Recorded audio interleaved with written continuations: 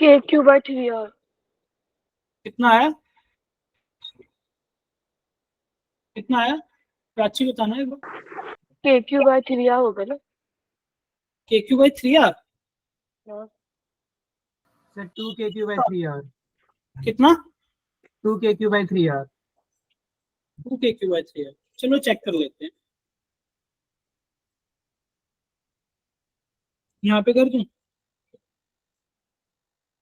Let's say इस point को मैं R बोल देता हूँ, तो थोड़ा फास्ट फास्ट करेंगे। स्फेयर 1 की वजह से आउटसाइड पॉइंट है, तो K times Q times divide by outside distance कितना है 3 है, प्लस 2 की वजह से देखेंगे K टाइम्स माइनस के 2Q डिवाइड बाय 3 है, क्योंकि स्फेयर 2 के सेंटर से लेके यहाँ तक का डिस्टेंस 3 है, स्फेयर 1 के सेंटर से लेके यहाँ तक का डिस्टेंस 3 है।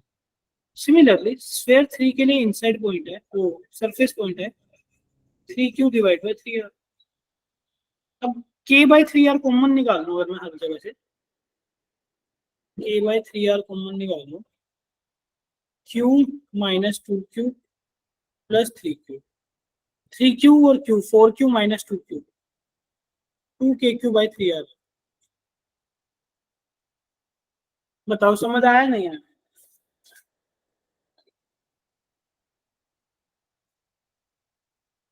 नेक्स्ट क्वेश्चन देखते हैं।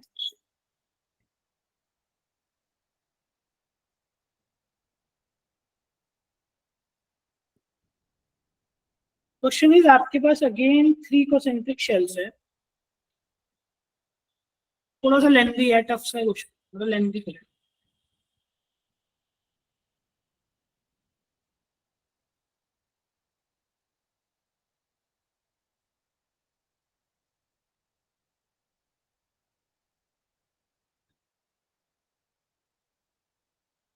पहले वाला का रेडियस है A,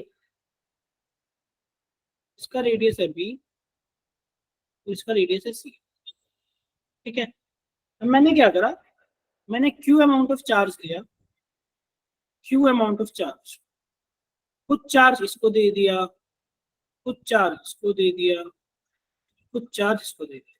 लेट्स से इसको दे दिया Q1, इसको दे दिया Q2, इसको दे दिया Q3।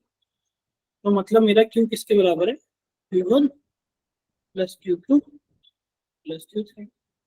और मैंने इस तरह से दिया कि इनकी सरफेस चार्ज डेंसिटी जो है बराबर है, इसकी सरफेस चार्ज डेंसिटी भी सिग्मा है, इसकी भी सिग्मा है, इसकी भी सिग्मा है। तो इसका मतलब मेरा Q1 किसके बराबर होना, सिग्मा इंटू 4πa²। Q2 मेरा किसके बराबर होना, सिग्मा इंटू 4πb²। और Q3 मेरा किसके बराबर होना, सिग्मा इंटू 4πc²। ऐसा क्वेश्चन में गिवन है।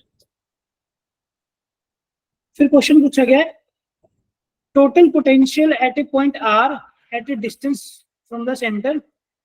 मतलब एक ऐसे पॉइंट पे आपको डिस्टेंस निकालना है R, और R का जो डिस्टेंस है ना, मतलब R is less than A, मतलब वो जो पॉइंट है P यहाँ अंदर लाई कर रहा है R, आपको यहाँ पे पोटेंशियल निकालना है, potential at point P which is at a distance R from center such that R is less than A। ये आपको सोल्व करना, तो वही स्टेप हम फॉलो कर लेंगे। टोटल पोटेंशियल किस किस की वजह से बनेगा, due to sphere 1, due to sphere 2 plus due to sphere 3। Sphere 1 की वजह से कितना बनेगा, KQ1/a², KQ2/b² और KQ3/c²। ऐसा बनेगा। ये चीज समझ में आई मैंने क्या लिखा है, नोट स्क्वायर, मैंने बाय मिस्टेक स्क्वायर लिखा है। KQ1/a, KQ2/a। अभी तक ये अगर समझ में आ गया, एक बार थम्स अप कर दो ताकि मुझे पता चल जाए कि आपको समझ में आया।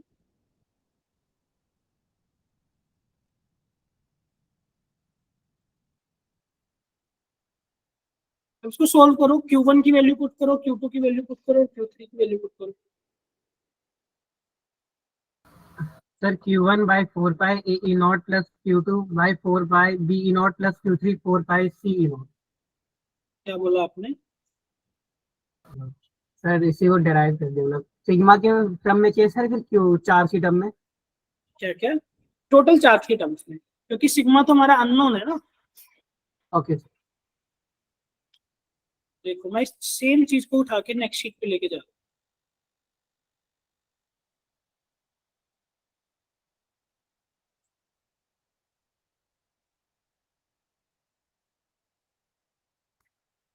तो टोटल पोटेंशियल क्या बनेगा आर डिस्टेंस पे? के तो के बाय ए लिख दो। Q1 किसके बराबर है? Sigma into 4 pi A square. यहाँ पे लिखा ना sigma into 4 pi square. Q2 इसके बराबर, Q3 इसके बराबर,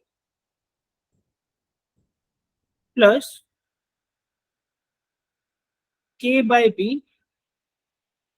यहाँ पे Q2 आएगा। Q2 किसके बराबर है? सिग्मा इंटू 4 पाई बी स्क्वायर, प्लस के बाय सी, सिग्मा इंटू 4 पाई सी स्क्वायर। अब देखो क्या क्या कट रहा है। एक ए से एक ए कट जाएगा, एक बी से एक बी कट जाएगा, एक सी से एक सी कट जाएगा। अब इस पूरे एक्सप्रेशन में से देखो क्या क्या कॉमन आ रहा है। के कॉमन आ रहा है, के यहाँ भी प्रेजेंट है, यहाँ भी प्रेजेंट है, यहाँ भी प्रेजेंट है। सिग्मा यहाँ भी प्रेजेंट है, यहाँ भी प्रेजेंट है, यहाँ 4 पाई यहाँ भी प्रेजेंट है, यहाँ भी प्रेजेंट है, यहाँ भी प्रेजेंट। तो के सिग्मा 4 पाई कॉमन आ जाएगा, ए प्लस बी प्लस सी। अब हमारा के ठीक है, 4 पाई बाय एप्सिलॉन नॉट, ये भी 4 पाई ठीक है, ये भी ठीक है, ये भी गिवन। पर सिग्मा हमारा गिवन नहीं है, तो मैंने खुद से एज्यूम करा था ना। तो मुझे एक और कंडीशन पता है, Q1 plus Q2 plus Q3 is equal to Q के बराबर। यहाँ से सिग्मा 4 पाई कॉमन आ जाएगा, A square plus B square plus C square, ये Q के बराबर है। तो मेरा सिग्मा किसके बराबर बनेगा? Total charge divide by 4 pi A square plus B square plus C square. ये वैल्यू बस आपको यहाँ पुट कर देनी है। ये बन जाएगा 1/4 मल्टीप्लाई बाई 4 पाई। सिग्मा किसके बराबर है? सिग्मा बराबर है Q/4 पाई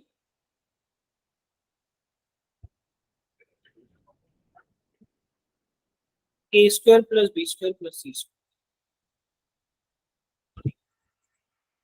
ए प्लस बी प्लस 4 पाई से 4 पाई विल कैंसिल, तो आपका आंसर बन जाएगा Q/4 pi epsilon A plus B plus C divide by A square plus B square plus C square. तो ये इसका आंसर है। ये कहाँ का क्वेश्चन है? मेंस 2019, अभी रिसेंट का ही क्वेश्चन। एक बार गो थ्रू कर लो, समझ में आया तो ठीक है, नहीं तो आगे करा, नहीं तो एक बार रिपीट करा।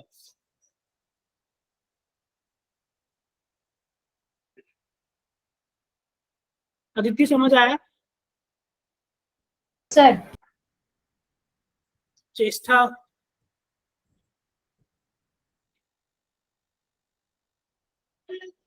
सारे एक बार थम्स अप कर दो, समझ में आ गया तो प्लीज।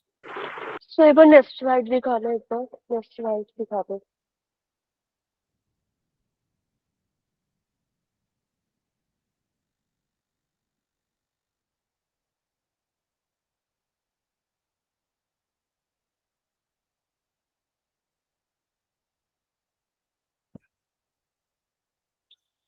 अब एक क्वेश्चन देखो, पोटेंशियल से रिलेटेड ही क्वेश्चन है। हम अपना कलर फॉर्मेट सेम लिखते हैं, जो चीज क्वेश्चन में गिवन है हम क्वेश्चन में। आपके पास दो रिंग्स गिवन है, एक रिंग ऐसे है और एक रिंग इसके सामने रखी है। ये होमवर्क है, खुद से करना। मैं आपको अप्रोच बता दूंगा, सारा मैं बता दूंगा, कैलकुलेशन आपको खुद करना। दो रिंग्स रखी हुई है आपके पास, ठीक है, और इन रिंग्स की रेडियस है आर। इसकी रेडियस भी आर है, इसका रेडियस भी आर है। इसके ऊपर चार्ज है Q1, इसके ऊपर चार्ज है Q, ठीक है, और इनके बीच का डिस्टेंस भी आर है। ठीक है। अब मैंने क्या करा, एक चार्ज को उठाया, एक चार्ज यहाँ पे रखा था, लेट्स से क्यू कूलम का। अब मैंने क्या करा, इस चार्ज को उठा के बहुत slowly slowly slowly slowly slowly slowly slowly उठा उठा उठा उठा के यहाँ पे रख दिया। क्वेश्चन में पूछा गया what is work done. Work done by agent, मतलब आपने उठा के उसको रख दिया ना। अभी हम क्या पढ़ के आए हैं, work done from some initial position से फाइनल पोजीशन, किसी इनिशियल पोजीशन से फाइनल पोजीशन तक जाने का work done by external agent क्या होता है, U final minus Q initial, ऐसा हम पढ़ के आए हैं। फिर हमने इसको एक एक्सप्रेशन को एक कन्वीनियंट फॉर्म दे दी थी कि Q times potential at final position minus potential at initial position. तो लेट्स से ये मेरी इनिशियल पोजीशन है और ये मेरी फाइनल पोजीशन है। क्यू चार्ज मेरा है ही, तो मुझे बेसिकली चाहिए क्या, फाइनल पोजीशन पे पोटेंशियल चाहिए और इनिशियल पोजीशन पे पोटेंशियल चाहिए। अभी जो मेरी फाइनल पोजीशन है वी फाइनल, लेट्स से ये रिंग 1 है, ये रिंग 2 है। तो फाइनल पोजीशन पे पोटेंशियल किस किस की वजह से होगा, due to ring 1, due to ring 2। अब एक बात बताओ, ये जो रिंग 1 है इस पे चार्ज है Q1। अब ये रिंग का 1 का एक्सियल पॉइंट है, इसका एक्सियल पॉइंट है, तो इसकी वजह से पोटेंशियल कितना बनेगा, के Q1 अंडर रूट। अब ये डिस्टेंस को हम x मानते थे, पर हमारे केस में x is equal to r है ना। तो ये पोटेंशियल कितना बनेगा, under root R square plus R square. अब इस सेकेंड रिंग की वजह से सेंटर पे कितना पोटेंशियल होगा, K Q2 by R. Similarly initial position पे potential due to ring 1 due to ring 2, ये किसके बराबर बनेगा, रिंग 1 का कितना बनेगा, के Q1 बाय आर, और रिंग 2 का बनेगा के Q2 बाय रूट 2 आर। अब ये फाइनल पोजीशन का पोटेंशियल है, ये इनिशियल पोजीशन का पोटेंशियल है। अब आप खुद से करके मुझे आंसर बता दो।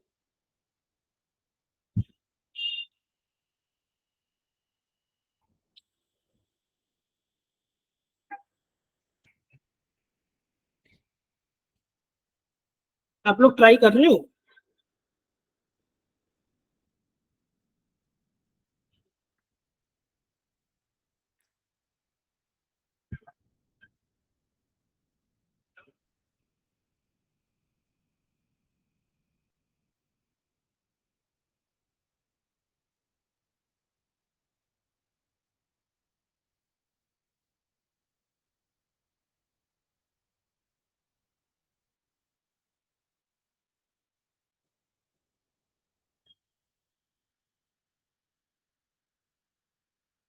डे बाय डे आप लोगों की क्लास की स्ट्रेंथ कम होती जा रही है, पता नहीं कहाँ जा रहे हैं बच्चे।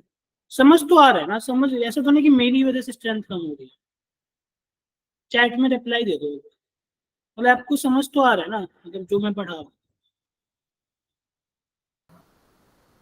एक ही बच्चे को आ रहा है समझ।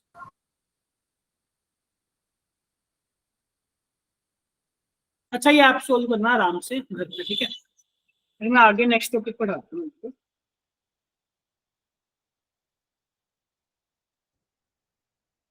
Equi potential surface.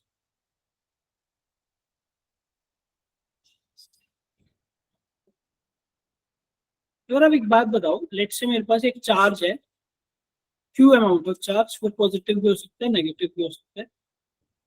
इस चार्ज के अराउंड अगर मैं ऐसे एक बस स्पेस बना रहा हूँ, ऐसा नहीं कि मैं कोई लाइंस बना रहा हूँ, बस एक स्पेस बना रहा हूँ इस चार्ज के अंदर।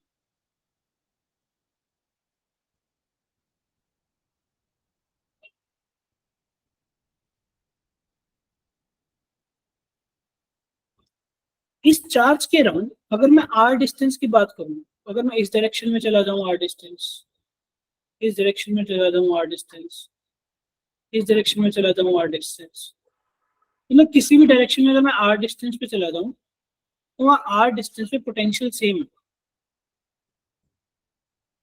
ये आर डिस्टेंस, ये आर डिस्टेंस, ये आर डिस्टेंस, किसी भी डायरेक्शन। अगर मैं सारे जितने भी पॉइंट्स हैं, if I combine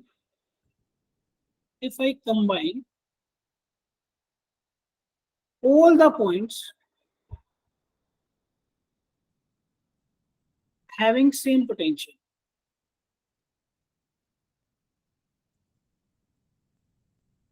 अगर मैं इनको कंबाइन कर दूं, ये जितने भी पॉइंट्स हैं जिनका पोटेंशियल सेम है, तो क्या मुझे कैसी रिंग बन जाएगी? क्या रिंग मिल जाएगी?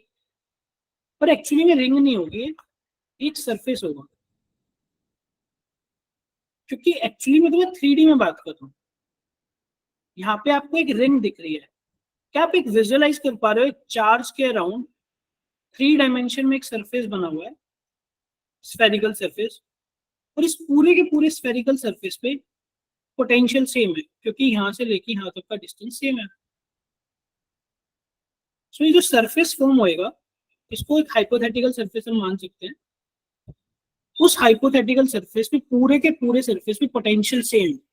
यहाँ भी पोटेंशियल, लेट्स से इसका चार्ज क्यू है, रेडियस है, यहाँ भी पोटेंशियल के क्यू बाय आर है, यहाँ भी पोटेंशियल के क्यू बाय आर है, यहाँ भी पोटेंशियल के क्यू बाय आर है। So what the equipotential surface is? It is a surface formed by connecting all the points which are at same potential. अगर हम जितने भी सारे पॉइंट जिनका सेम पोटेंशियल है उनको कनेक्ट कर देंगे, फिर जो एक सरफेस हमें मिलेगा, उस सरफेस को हम बोलते हैं इक्विपोटेंशियल सरफेस। जैसे एक स्फेयर के केस में, एक पॉइंट चार्ज के केस में, इक्विपोटेंशियल सरफेस की शेप जो है वो स्फेरिकल, इक्विपोटेंशियल सरफेस की शेप है स्फेरिकल।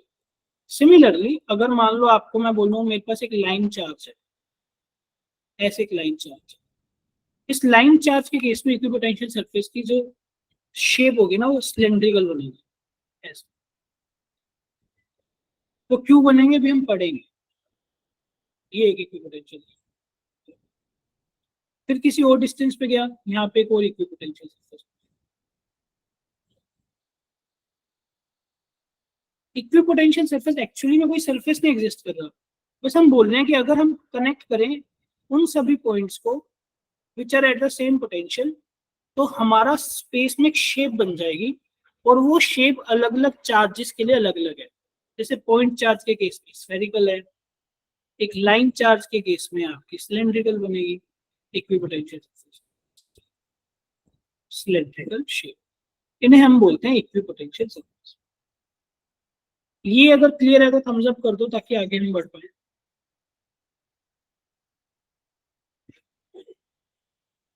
और इसकी जो डेफिनेशन अगर जो एग्जाम में आ जाती है तो वो कैसे लिखना है? The plane oblique surface corresponding to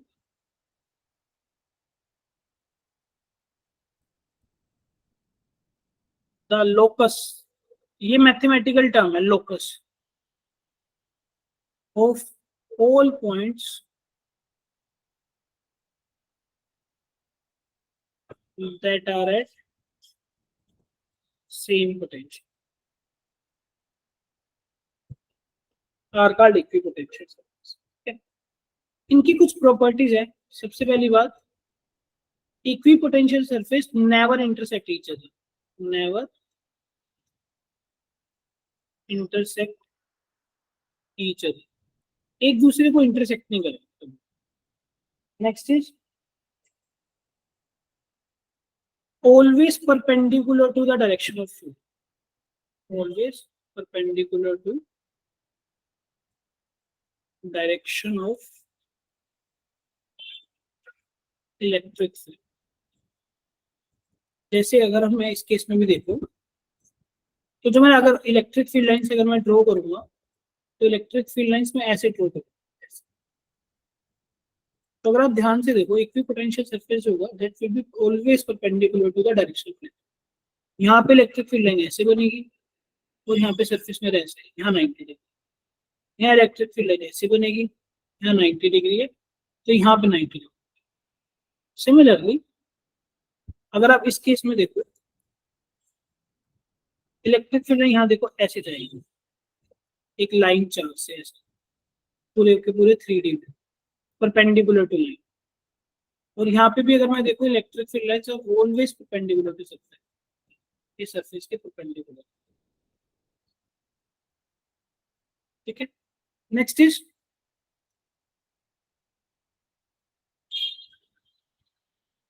work done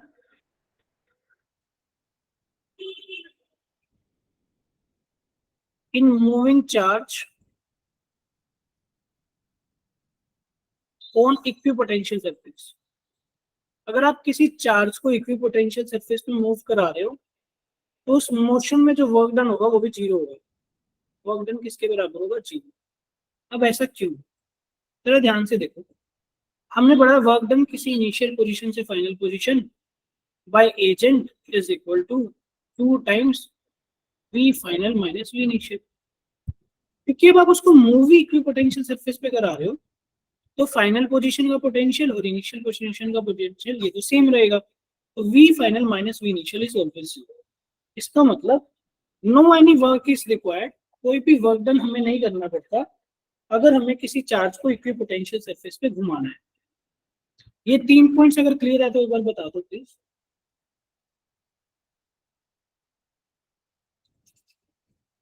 हमें किसी भी चार्ज को इक्विपोटेंशियल पे सरफेस पे मूव कराने के लिए कोई भी वर्क डन नहीं करता। जैसे फॉर एग्जांपल मेरे पास एक क्यू अमाउंट ऑफ चार्ज है, उसके अराउंड इक्विपोटेंशियल सरफेस बनेगी। एक सरफेस ये हो गया, ऐसा नहीं कि असली में कोई सरफेस प्रेजेंट है, हाइपोथेटिकल सरफेस।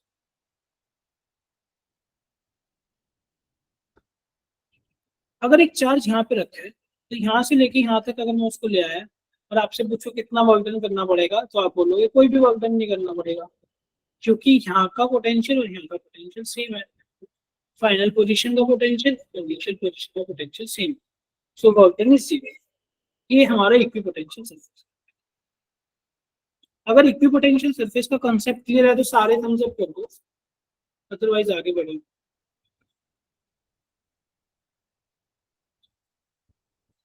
ठीक है, उसके बाद एक और प्रॉपर्टी है,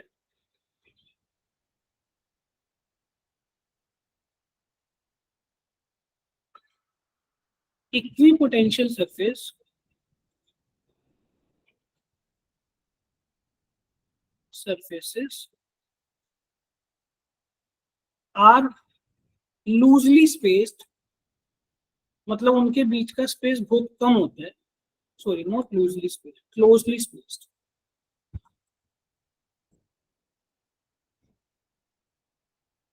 Equipotential surfaces are closely spaced where electric field intensity is I। जहां पे इलेक्ट्रिक फील्ड इंटेंसिटी ज्यादा होगी वहां पे इलेक्ट्रिक इक्विपोटेंशियल सरफेस बहुत पास पास में होंगे, बहुत क्लोज होंगे। However, equipotential surfaces are loosely spaced, आपस में रिलेटिवली दूर दूर हो जाएंगे, जहां पर where electric field intensity is low। इसको हम कैसे समझ सकते हैं? लेट्स से मेरे पास एक पॉइंट चार्ज है, उस पॉइंट चार्ज के मैं इक्विपोटेंशियल सरफेस ड्रॉ करता हूं। ये एक मान लो प्लस क्यू चार्ज है। अगर मुझे इसके अराउंड इक्विपोटेंशियल सरफेस बनाना है तो कैसे बनेंगे? शुरू में तो इलेक्ट्रिक फील्ड काफी स्ट्रॉन्ग होते हैं तो ये बहुत पास पास बनते हैं।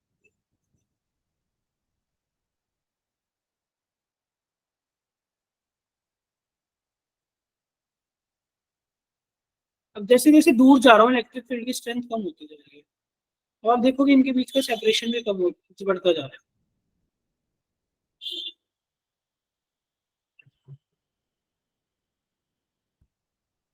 अब इन सरफेसेस को सेपरेशन भी बोलते हैं। शुरू में कितने पास पास थे, अब कितने दूर दूर थे, क्योंकि हमें पता है इलेक्ट्रिक फील्ड जो है एक पॉइंट चार्ज की वजह से वो के क्यू बाई आर स्क्वायर होगा। जितना डिस्टेंस कम होगा उतना इलेक्ट्रिक फील्ड इंटेंसिटी स्ट्रॉन्ग है। तो मैं बात करूं इस हिस्से की, यहाँ पे इलेक्ट्रिक फील्ड इंटेंसिटी काफी स्ट्रॉन्ग है।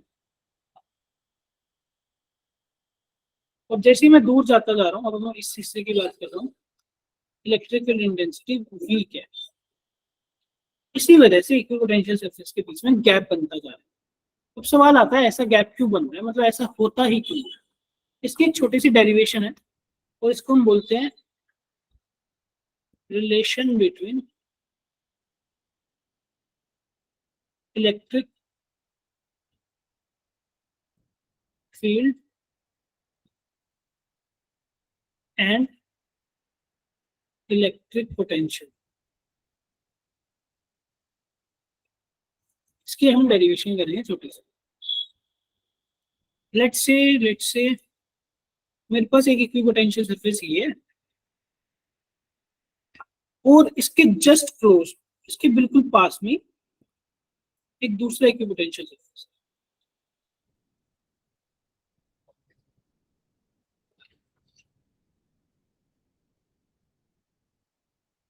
ठीक है, सब ज्यादा समझ में।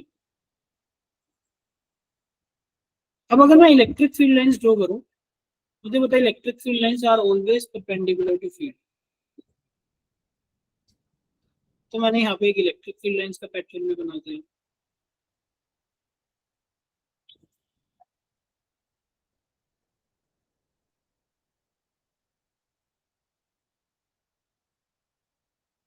ऐसे मैंने इलेक्ट्रिक फील्ड लाइंस का नोटिस कर 90 डिग्री के।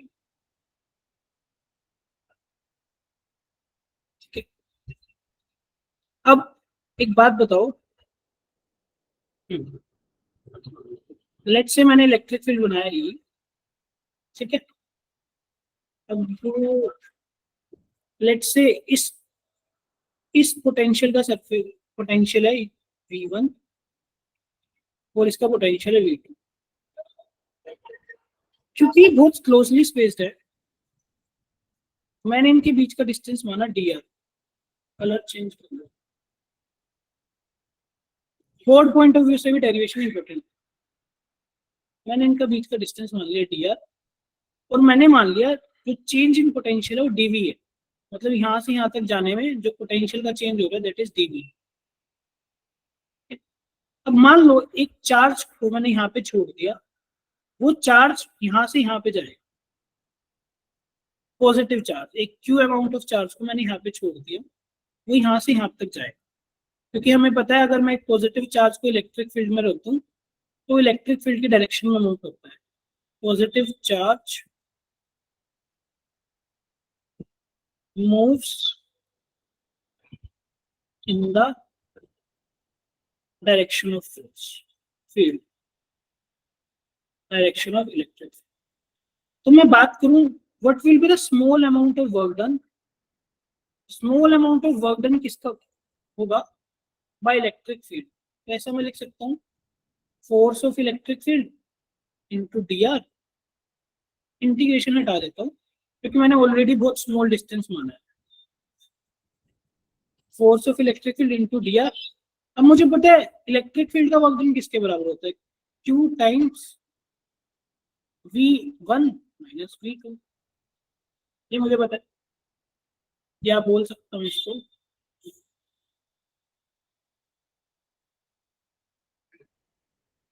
माइनस का q times v2 minus v1। क्योंकि मैंने बोला था इलेक्ट्रिक फील्ड का वर्क डन किसी इनिशियल पोजीशन से final position is equal to minus का q times v final minus v initial. ये ऑलरेडी मैं आपको करा चुका हूँ। अब एक बात बताओ, electric force F electric into dr is equal to minus q times v2 minus v। अब क्या मैं इसको ऐसे भी लिख सकता हूँ क्या, इलेक्ट्रिक फोर्स किसके बराबर होता है, q into electric field. Into D R. अब आप बोलोगे सर आपने डॉट प्रोडक्ट क्यों नहीं लिया? वो ऑब्वियस है, मतलब इलेक्ट्रिक फील्ड भी इधर है, डिस्प्लेसमेंट भी इधर है, यहाँ से यहाँ डिस्प्लेसमेंट हो रही है, तो कोस ऑफ 0 डिग्री बना। तभी मैंने एक स्टेप स्किप कर दी, ये बना माइनस क्यू, और V2 माइनस V1 किसके बराबर है? मैंने बोला dV, small change in potential किसके बराबर है? dV, तो मैंने यहाँ लिख दिया dV।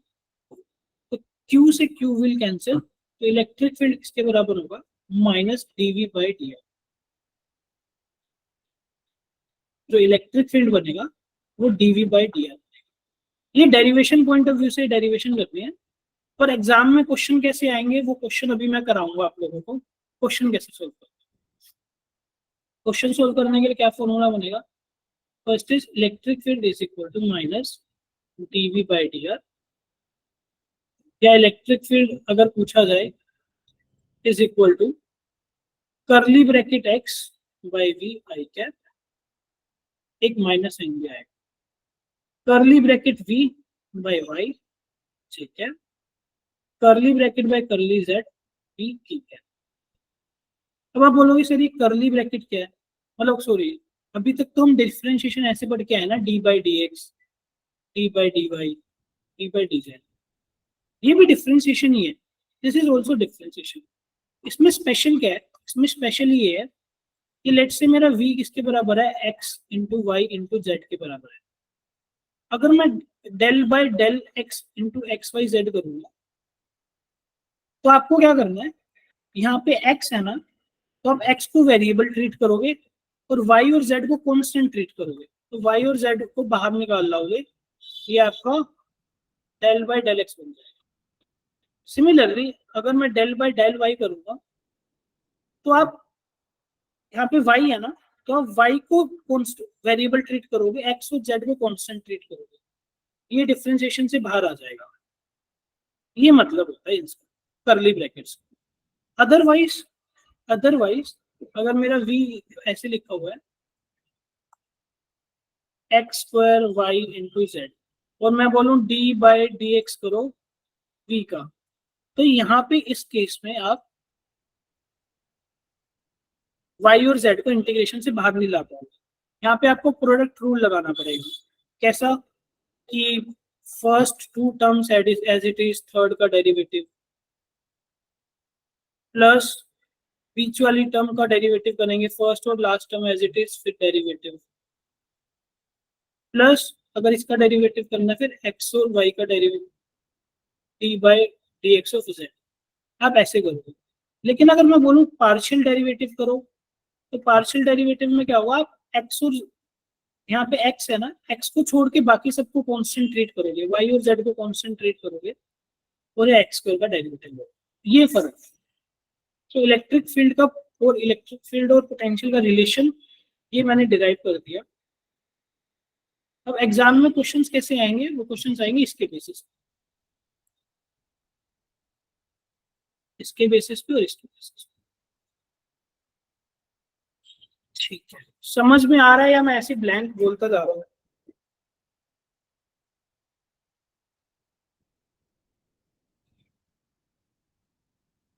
जवाब दे दो प्लीज, माइक ऑन करके दे दो, मुझे ऐसे लग रहा है मैं ही बोले जा रहा हूँ।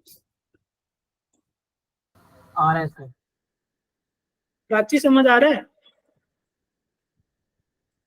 सर मेरा तो बीच का उड़ गया था, नेट ही ये उड़ तो गया अभी था, तो ये तो अभी कराया मैंने। हाँ यही वाला कॉन्सेप्ट जब आप बता रहे थे ना, तो एकदम से बीच में थोड़ा नेटवर्क इश्यू हो रहा था। अच्छा, नेटवर्क इशू है, ठीक है।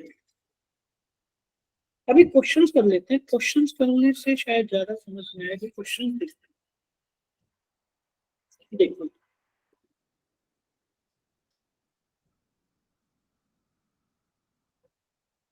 सर क्वेश्चंस में हमें वो डेरिवेशन वाला करना यूज। क्या नहीं, अभी पता चल जाएगा आपको एक्चुअली क्वेश्चंस क्या। अभी मैंने क्या करा है, सिर्फ रिलेशन बताया electric field and electric potential के बीच में। इलेक्ट्रिक फील्ड क्या होता है? Minus DV by D R. हाँ, एक क्वेश्चन आता है एग्जाम्स में, इस माइनस की क्या सिग्निफिकेंस? इस माइनस की सिग्निफिकेंस ये है कि जो इलेक्ट्रिक फील्ड की डायरेक्शन है ना, उस डायरेक्शन में मेरा पोटेंशियल जो है वो डिक्रीज करता है। सिंपल है तरीका इसको समझने का। मान लो एक पॉइंट चार्ज है, इलेक्ट्रिक फील्ड ऐसे निकल रहा है, ऐसे पॉजिटिव पॉइंट चार्ज, ठीक है। तो इलेक्ट्रिक पोटेंशियल का फॉर्मूला क्या होता है, के क्यू बाय आर। तो जैसे जैसे डिस्टेंस बढ़ता जा रहा है, यहाँ डिस्टेंस बढ़ता जा रहा है, तो पोटेंशियल की वैल्यू आपकी डिक्रीज करती है, यहाँ पे और डिक्रीज करती है, और दूर जाऊंगा तो और डिक्रीज करते रहेगी। सिमिलरली एक नेगेटिव पॉइंट चार्ज के केस में क्या होगा, ये negative point charge, negative point charge के केस में ये आपका इलेक्ट्रिक फील्ड की डायरेक्शन ऐसे होगी। अब इसमें बात करी जाए पोटेंशियल की, लेट्स से यहाँ पे पोटेंशियल है माइनस का 10 वोल्ट, यहाँ पे पोटेंशियल है माइनस का 5 volt.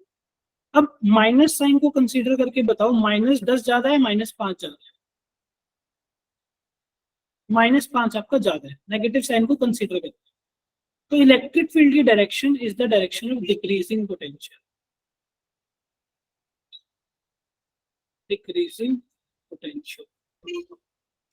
Similarly positive point charge के केस में ये इलेक्ट्रिक फील्ड की डायरेक्शन है। लेट्स से यहाँ पोटेंशियल है 10 वोल्ट, यहाँ पोटेंशियल है 5 वोल्ट। तो क्योंकि अब पॉजिटिव साइन को कंसीडर करना है, तो direction of electric field is the direction of decreasing potential. बताओ समझ में आया? एक क्वेश्चन कर लेते हैं, क्वेश्चन से ज्यादा अच्छे समझ में आ जाएगी चीजें। आपको एक ग्राफ गिवन है ऐसा, किस किस के बीच में, वाई एक्सिस पे है आपका इलेक्ट्रिक पोटेंशियल और एक्स एक्सिस आपका डिस्टेंस है। मतलब डिस्टेंस के अकॉर्डिंग इलेक्ट्रिक फील्ड की, इलेक्ट्रिक पोटेंशियल का आपको वेरिएशन दे रहा है। और ग्राफ पे क्या क्या गिवन है, लेट से ये डिस्टेंस जब था मेरा 0.3, एक डिस्टेंस ले लिया इन्होंने 0.2, एक डिस्टेंस ले लिया इन्होंने 0.1, यहाँ वैल्यू है 1, यहाँ वैल्यू है 2 और यहाँ वैल्यू है 3। अब आपसे पूछा गया what is electric field, electric field की स्ट्रेंथ बतानी है आपको, यानी कि मैग्नीट्यूड बताना है। x इज इक्वल टू 0.1 से लेके x इज इक्वल टू 0.3 के बीच में, मतलब यहाँ से लेके यहाँ तक इस डिस्टेंस पे इलेक्ट्रिक फील्ड का आपको स्ट्रेंथ बताना है। अब हमें पता है इलेक्ट्रिक फील्ड किसके बराबर है, -dv/dr। अगर मैग्नीट्यूड की बात करूं तो बन जाएगा dv/dr। dv/dr अगर मैं ग्राफ की बात करूं तो ग्राफ में स्लोप होता है। तो अगर मेरे से पूछा गया है इतने पोर्शन में आपको इलेक्ट्रिक फील्ड बताना है, तो मुझे ग्राफ की इतने पोर्शन की स्लोप बतानी है। क्या बनेगी स्लोप इतने पोर्शन की,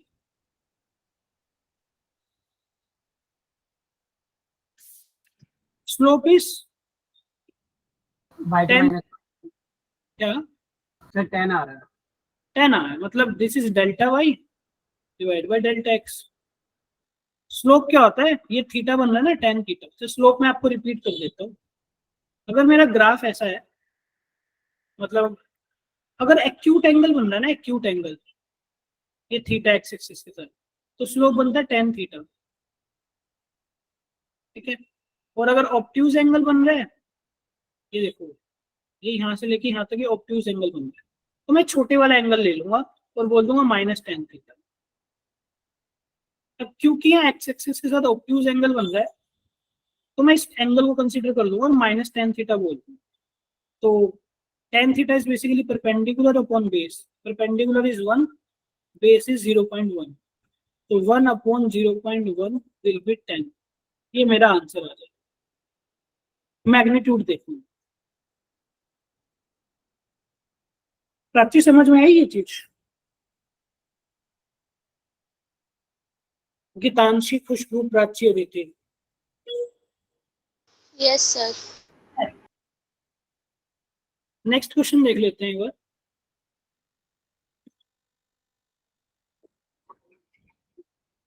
question is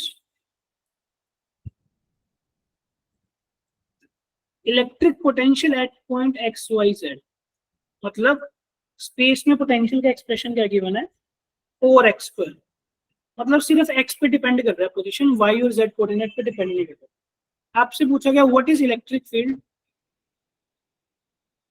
what is electric field eight 1,0,2। हमें पता है इलेक्ट्रिक फील्ड किसके बराबर होता है, माइनस का dv बाई डी आर, या एक फॉर्मूला हमने पढ़ा है electric field is equal to minus का curly x by curly v I cap, curly v by curly y J cap, curly v by curly z K cap. क्योंकि यहाँ पे X Y Z में given है तो simply मैं ये वाला फॉर्मूला यूज कर लूंगा, और वाई और जेड नहीं गिवन तो ये तो खत्म ही हो जाएगा, क्योंकि वाई और जेड तो गिवन ही नहीं। तो ई किसके बराबर हो जाएगा, माइनस करली वी बाई करली एक्स, तो ये बन गया minus del by del X तो 4x², तो ये क्या बन जाएगा आपका माइनस का 8x आई कैप। अब पोजीशन क्या गिवन है 108, तो इलेक्ट्रिक फील्ड बनेगा मेरा, यहाँ वेक्टर लगाना ज्यादा सही रहेगा, माइनस का 8 आई कैप। ये मेरा आंसर है। बताओ समझ आया, मतलब इस पोजीशन पे इलेक्ट्रिक फील्ड क्या होगा माइनस का 8 आई। नेक्स्ट क्वेश्चन देखते हैं।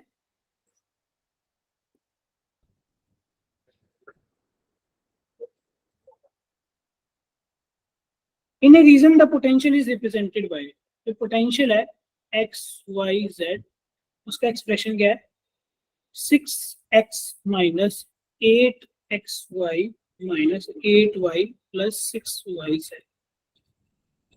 वोल्ट में, ऐसा पोटेंशियल का एक्सप्रेशन गिवन है। ठीक है, बोल रहे हैं कि electric force experience by charge of 2 coulomb, आपको बताना है इलेक्ट्रिक फोर्स कितना लगेगा किसके ऊपर, एक चार्ज है प्लस 2 कूलम और किस पोजीशन पे, एक पर्टिकुलर पोजीशन पे रखा हुआ है वो, उसके कोऑर्डिनेट्स है 1,1,1।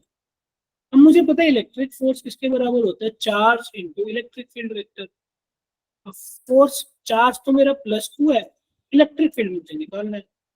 इलेक्ट्रिक फील्ड कैसे निकाल सकते हैं, माइनस का करली v बाई करली एक्स ठीक है, करली v बाई करली वाई ठीक है, प्लस करली v बाई करली जेड ठीक है। अब सोल्व करके आप मुझे आंसर दें।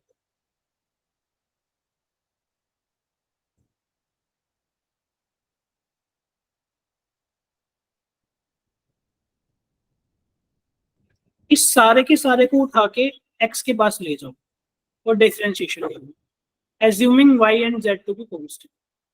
फिर इस सारे के सारे को उठा के y के पास लेके जाओ, डिफरेंशिएशन करो, x और z को कांस्टेंट करो। फिर सारे के सारे को उठा के यहाँ पे लेके जाओ, डिफरेंशिएशन करो, करके बताओ कितना बन रहा है। सबसे पहले मुझे इलेक्ट्रिक फील्ड का एक्सप्रेशन बता दो, कितना बना आपका इलेक्ट्रिक फील्ड का एक्सप्रेशन।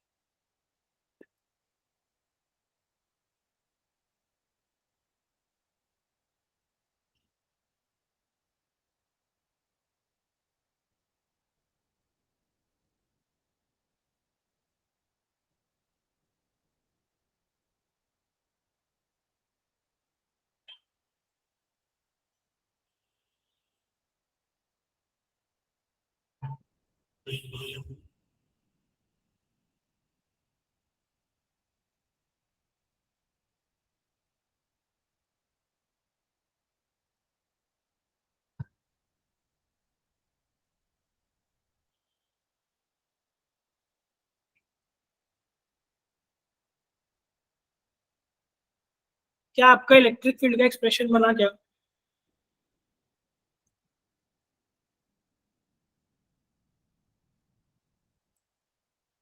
सर 12 आ रहा है, क्या 12 आ रहा है, 12 आ रहा है सर। 12 तो नहीं आ रहा है। अच्छा पहले मुझे ये बताओ इलेक्ट्रिक फील्ड का एक्सप्रेशन ये बना क्या, 6 माइनस का साइन बाहर है, 6 minus 8x I cap minus 8x minus 8 plus 6z J cap 6y K cap, ये बन रहा है। यस सर यही बन रहा है। अब x y z की वैल्यू पुट करो, x y z कितना था 1 1 1, मैं यहाँ पे लिख रहा हूँ, मेरे पास स्पेस की कमी है।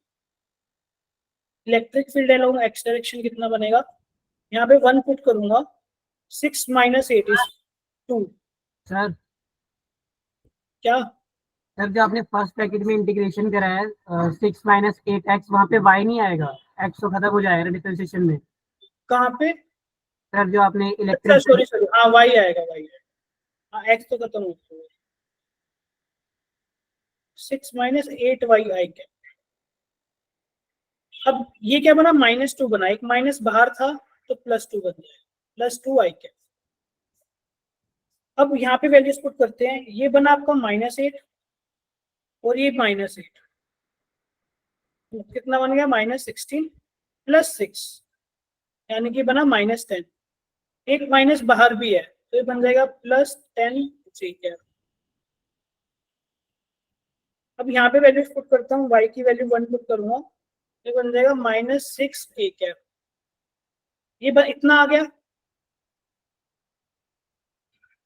इतना आया है नहीं, इतना आ गया sir. 2i cap + 10j cap -6k cap. अब इसका मैग्नीट्यूड निकालेंगे ना हम, तो हमें तो इलेक्ट्रिक फील्ड का मैग्नीट्यूड चाहिए।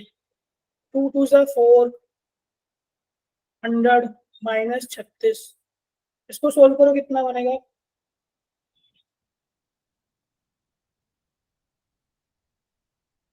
68 बनेगा आई गेस।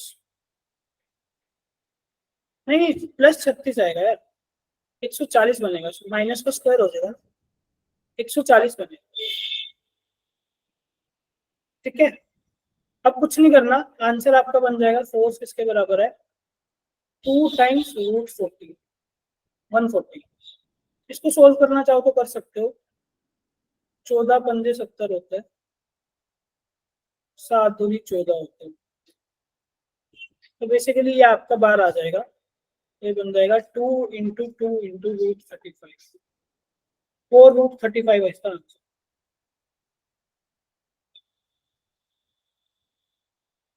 गीतांशी, खुशबू, अदिति, प्राची, समझ आया तो बता दो। नेक्स्ट क्वेश्चन देख लेते हैं।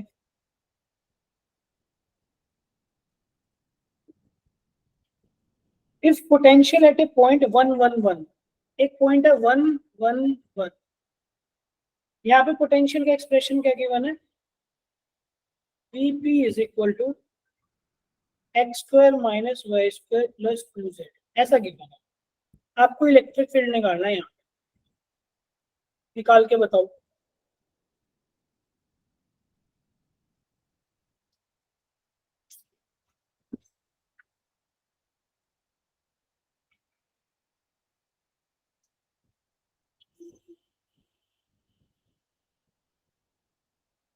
Sir 2k cap. बाकी भी तो आएगा,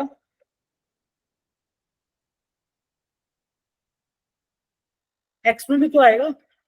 सर वो तो कट जाएंगे ना, माइनस का एक है y का तो। नहीं,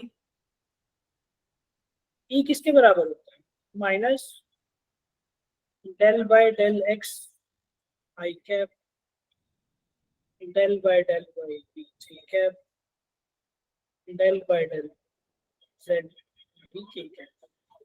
अब इस पूरे के पूरे को उठा के x पे लेके जाऊंगा तो ये कितना बनेगा,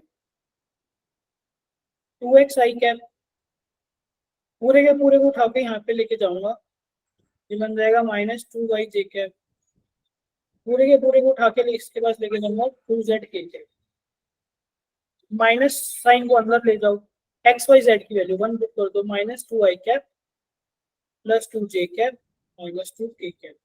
अब आई कैप और आई कैप को काटेंगे थोड़ा, आई कैप और के कैप, ये तो वेक्टर्स है ना, ये कटेगा थोड़ा, ये आंसर आ जाएगा। ठीक है जी, ठीक है सर।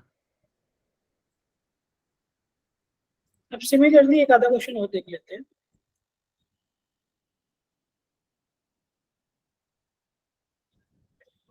क्वेश्चन इज, अब आपको पोटेंशियल निकालना है, अभी आप क्या निकाल रहे थे, इलेक्ट्रिक फील्ड निकाल रहे थे पोटेंशियल से। कैसे निकाल रहे थे, E = -dv/dr, और एक दूसरा फॉर्मूला वो मैं लिख नहीं रहा, आपको पता ही है। अब आपको V निकालना है इसे, तो ये तो सिंपल है ना, हमें पता है। इसको अगर मैं इधर ले जाऊं, E dot D R is equal to minus D V, दोनों तरफ इंटीग्रेशन लगा दूं ना, तो ये क्या बन जाएगा, integration E dot D R is equal to D V, तो ये बन जाएगा v। इसको आप माइनस का निकाल लगा सकते हो। तो potential difference A B is equal to E dot D R into यहाँ माइनस, इस फॉर्मूले से आपका पोटेंशियल निकल जाएगा इलेक्ट्रिक फील्ड अगर केवल। अब क्वेश्चंस कर लेते हैं, क्वेश्चन से ज्यादा अच्छे से क्लियर हो जाता है। अब आपकी दो पोजीशंस गिवन है, क्वेश्चन इज आपकी दो पोजीशन गिवन है, एक पॉइंट पी है, उसके कोऑर्डिनेट्स हैं 0 0 0, एक पॉइंट क्यू है, उसके कोऑर्डिनेट्स हैं 1 2 1। अब आपसे पूछा what is potential difference between P and Q, P और क्यू के बीच में कितना पोटेंशियल, और आपको गिवन है इलेक्ट्रिक फील्ड कितना है, यूनिफॉर्म है, वो किसके बराबर है, 2 I cap plus 3 J cap plus 4 K cap, ऐसा इलेक्ट्रिक फील्ड गिवन है। तो हमें क्या पता है, हमें तो ये पता है E dot D R integration is equal to minus sign यहाँ लगा दो, वी ए बी या वी पी क्यू। अब डी आर किसके बराबर होता है, डी आर बराबर होता है D X I cap plus D Y J cap plus D Z K cap. ठीक है, अब इसको सोल्व करके मुझे आंसर बताओ क्या बनेगा। एक्स की वेरिएशन कहाँ से है, 0 से लेके 1 तक, वाई की वेरिएशन है 0 से 2 तक, जेड की है 0 से 1 तक। तो माइनस साइन यहाँ लगा देते हैं, ये बन जाएगा मेरा 2 I cap plus 3 J cap plus 4 K cap dot में, और यहाँ बनेगा मेरा D X I cap plus D Y J cap plus D Z K cap. Dot product open करूंगा, माइनस साइन बाहर ही रहने देते हैं, integration 2 D X integration 3 D Y integration 4 D Z. और एक्स की लिमिट कहाँ से कहाँ तक है, 0 से 1, 0 से 2, 0 से 1। सोल्व करके आंसर बताओ।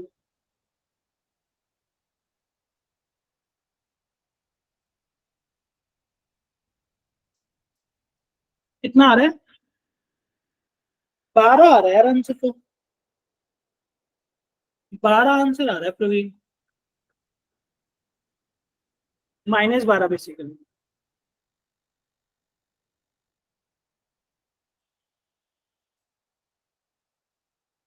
सर 12 आ रहा है, 12 ही आ रहा है ना, हाँ सिंपल दिख रहा है। 2 की मल्टीप्लाई हो जाएगी 1 के साथ, 3 की मल्टीप्लाई हो जाएगी 2 के साथ, 4 की मल्टीप्लाई 1 के साथ।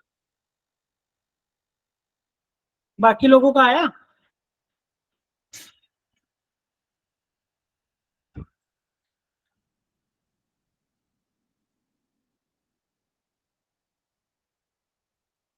एक क्वेश्चन और देख लेते हैं।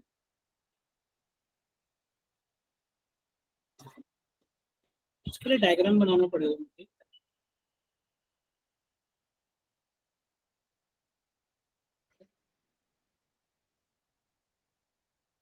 ये एक्स एक्सिस, ये वाई एक्सिस है, ये एक्स एक्सिस। अब आपको एक इलेक्ट्रिक फील्ड गिवन है ऐसे,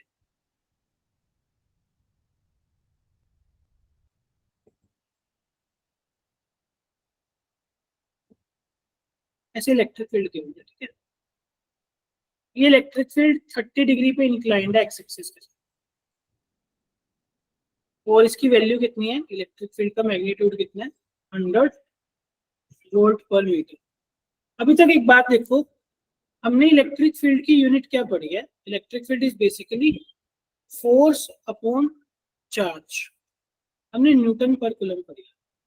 हमने एक और रिलेशन निकाल दिया, potential difference divide by this, इसकी यूनिट होती है वोल्ट और इसकी यूनिट होती है मीटर। तो एक दूसरी यूनिट भी इलेक्ट्रिक फील्ड की एग्जिस्ट करती है, वोल्ट पर मीटर, और ये इलेक्ट्रिक फील्ड आपका कांस्टेंट गिवन है, ये इलेक्ट्रिक फील्ड आपका कांस्टेंट गिवन है। आपसे पूछा गया है find potential difference between B A, आपके दो पॉइंट्स हैं, एक पॉइंट है ये बी और एक पॉइंट है ए, और इनके कोऑर्डिनेट्स क्या हैं 0,4 -2,0। ठीक है, आपसे ये पूछा गया है कि इनके बीच में क्या निकालना है, पोटेंशियल डिफरेंस। बेसिकली आपको क्या निकालना है, V B minus V B, that is V B minus V, ये आपको निकालना। तो हमें पता है वी बी माइनस वी किसके बराबर है, minus integration E dot D. ठीक है, अब इसको सोल्व करना है आपको, कैसे करोगे। एक बात बताओ, जब आप यहां से यहां तक जा रहे हो, ये आपका डी आर वेक्टर, ठीक है, डिस्प्लेसमेंट वेक्टर है, आप यहां से यहां तक जा रहे हो।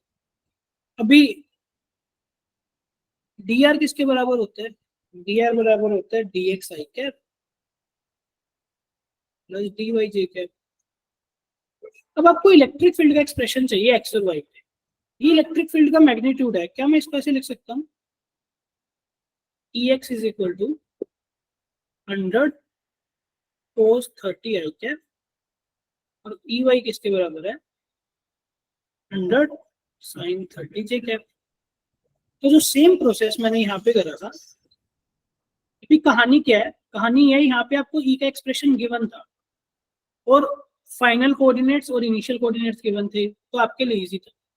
इस क्वेश्चन में आपको सिर्फ एक ग्राफ गिवन था, उस ग्राफ से में आपको इलेक्ट्रिक फील्ड की वैल्यू गिवन थी, लेकिन आपको ई एक्स और ई वाई नहीं गिवन था, ई एक्स एंड ई वाई। मैंने बस कुछ नहीं करा, वेक्टर्स की प्रॉपर्टी यूज करके कि अगर मेरे पास एक वेक्टर गिवन है, मैं उसका एक्स कंपोनेंट निकाल सकता हूँ, उसका वाई कंपोनेंट निकाल सकती हूँ। मैंने बस एक्स कंपोनेंट और वाई कंपोनेंट निकाल लिया। अब सेम काम मैं यहाँ पे करूंगा, V B A is equal to minus of integration E dot D R. अब ई एक्स, ई क्या होता है, E X I cap E Y J cap, वो भी मैं निकाल चुका हूँ। ये किसके बराबर था 100 cos 30 होता है √3/2, साइन 30 होता है 1/2, यानी कि 50 चीज है। अब इसको सोल्व करना है, बस वो आपका काम है, अभी करके बताओ मुझे क्या। तो इलेक्ट्रिक फील्ड मेरा बनेगा 50 √3 आई कैप प्लस 50 जे कैप, ये मेरा इलेक्ट्रिक फील्ड।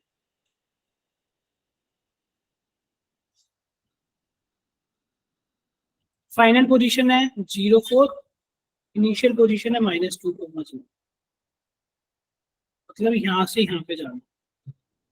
एक्स की वेरिएशन है यहाँ से यहाँ, वाई की वेरिएशन है यहाँ से।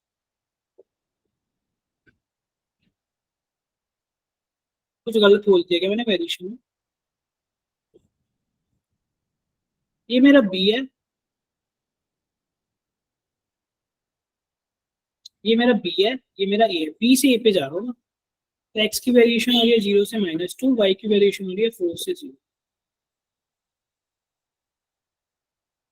क्या ये हो जाएगा, ये मैं कराऊं,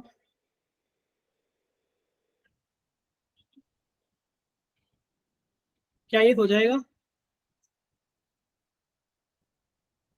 एक क्वेश्चन और ले लो,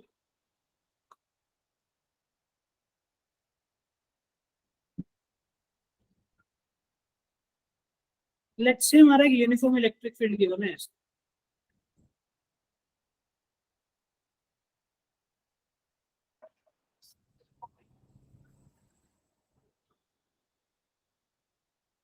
इलेक्ट्रिक फील्ड का वैल्यू कितना गिवन है 10 न्यूटन पर कूलम, या बोल सकता हूँ 10 वोल्ट पर मीटर, एक ही बात है।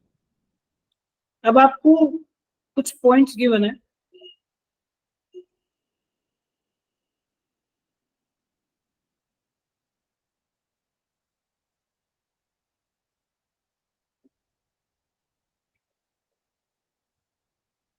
इस पॉइंट का नाम है बी, इस पॉइंट का नाम है ए, इस पॉइंट का नाम है सी। ये इक्विलेटरल ट्रायंगल बन रहा है 2 मीटर 2 मीटर 2 मीटर। आपसे पूछा गया है कि what is V A minus V B, मतलब potential difference between A and B. मतलब ये फाइनल पोजीशन है, ये इनिशियल पोजीशन। तो कुछ नहीं करना, यहाँ पे कोऑर्डिनेट सिस्टम है, डिफाइन कर सकते हो। इसके कोऑर्डिनेट्स क्या बनेंगे, 0,0। इसके कोऑर्डिनेट्स कितना बनेंगे आप इजीली निकाल सकते हो कि हाइट आपको पता है और आपको ये डिस्टेंस पता है 60 डिग्री के एंगल से। अगेन ई डॉट डी एस का क्या आंसर होगा, 10 -10 आएगा।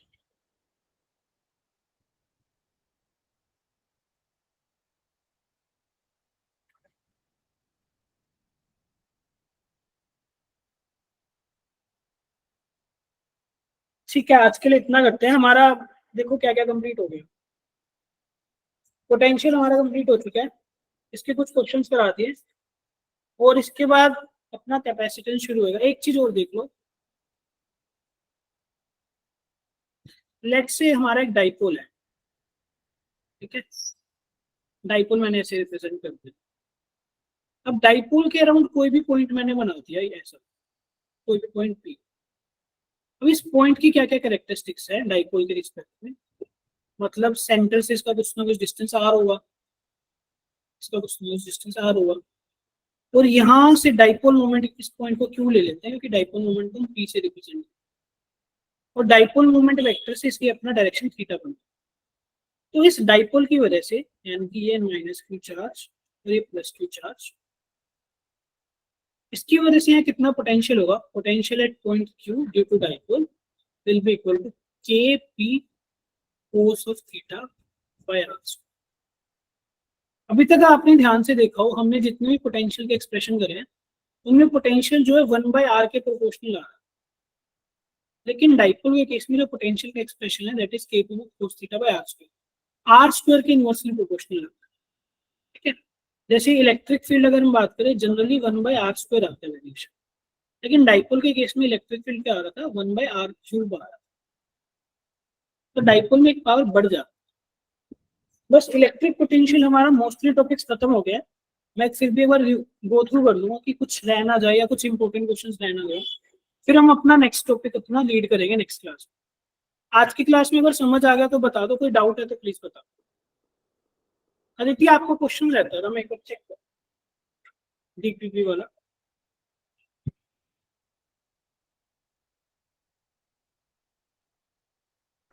सर इससे पहले वाले क्वेश्चन का आंसर क्या है, कौन से वाले का, जो वो ग्राफ वाला था? इसका हाँ। देखना पड़ेगा एक बार, उसको देख के बता। ग्राफ वाले का आंसर पूछना,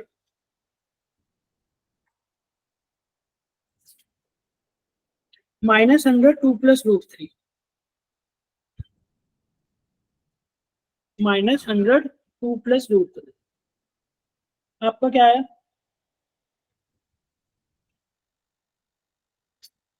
ठीक है।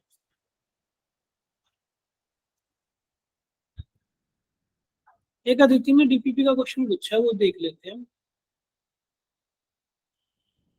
नंबर नंबर नंबर देखना पड़ेगा तो। हाँ, ये डीपीपी का क्वेश्चन है। Question is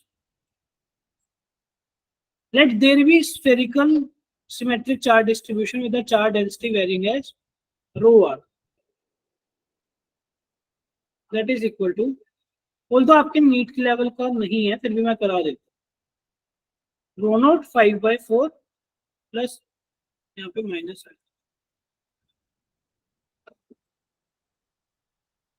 -r/r up to r is equal to r, r is equal to 0। Question क्या, क्वेश्चन समझते हैं। क्वेश्चन इज लेट्स से आपके पास एक स्फीयर है, ठीक है।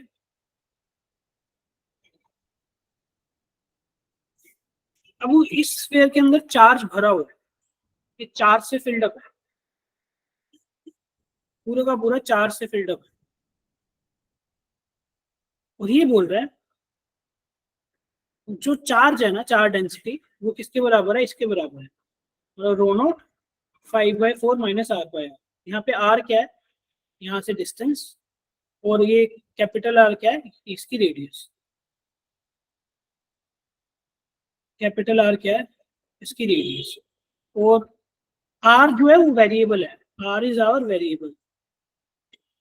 वेरिएबल इन द सेंस, यहाँ से इस डिस्टेंस पे आर पे जाऊंगा तो अलग डेंसिटी है, यहाँ जाऊंगा तो अलग डेंसिटी है, यहाँ जाऊंगा अलग डेंसिटी है, यहाँ जाऊंगा अलग density. R is R variable. Question is, आपसे पूछा गया what is the value of electric field, आपको बताना है electric field at a distance of R, और वो आर जो है स्मॉल आर कैपिटल आर से छोटा है। कहने का मतलब वो ये पूछना चाह रहा है कि ये जिस स्फीयर ने मेरे स्पेस को दो पार्ट में डिवाइड कर दिया, एक पार्ट 1 और एक पार्ट 2, वो बोलना चाह रहा है इनसाइड पार्ट में किसी भी डिस्टेंस आर पे इलेक्ट्रिक फील्ड कितना हुआ, किसी भी डिस्टेंस आर पे इलेक्ट्रिक फील्ड कितना हुआ, ये पूछना चाह रहा है। ऐसे में हम क्या करते हैं, हम गॉस लॉ अप्लाई करेंगे। हम क्या बोलेंगे, let's consider a Gaussian surface. हमने गॉसियन सरफेस ले लिया और इस गॉसियन सरफेस की रेडियस है आर, ठीक है। As per the Gauss law, integration E dot ds is equal to Q enclosed by epsilon, ठीक है। अब गॉस लॉ के लिए हम क्या, मैंने क्या बोला था, हम इस तरह से सरफेस लेते हैं, इलेक्ट्रिक फील्ड हम सिमेट्रिकल गॉसियन सरफेस लेते हैं। सिमेट्रिकल मतलब हर पॉइंट पे electric field and area vector के बीच में एंगल जो है 0 डिग्री बनेगा, तो cos 0 बन जाएगा 1, और इलेक्ट्रिक फील्ड पूरे के पूरे गॉसियन सरफेस पे कांस्टेंट रहेगा, इलेक्ट्रिक फील्ड का मैग्नीट्यूड। तो ये क्या बन जाएगा, इलेक्ट्रिक फील्ड का मैग्नीट्यूड ds का मैग्नीट्यूड cos ऑफ 0 डिग्री का integration, this will become Q enclosed. अब बात आती है इस पूरे के अंदर कितना चार्ज एनक्लोज्ड होगा। अब चार्ज एनक्लोज किसके बराबर होता है, volume charge density into volume. तो यहाँ बन जाएगा volume charge density into dV divide by epsilon. Electric field का मैग्नीट्यूड हमें निकालना है, ds इज, अब ये जो सरफेस बन रहा है गॉसियन सरफेस, इसका कितना सरफेस एरिया बनेगा, 4πr², 4πr², which is equal to integration rho dV, ठीक है। अब जितना हो गया इसको मैं नेक्स्ट शीट पे लेके जा रहा हूँ कॉपी करके।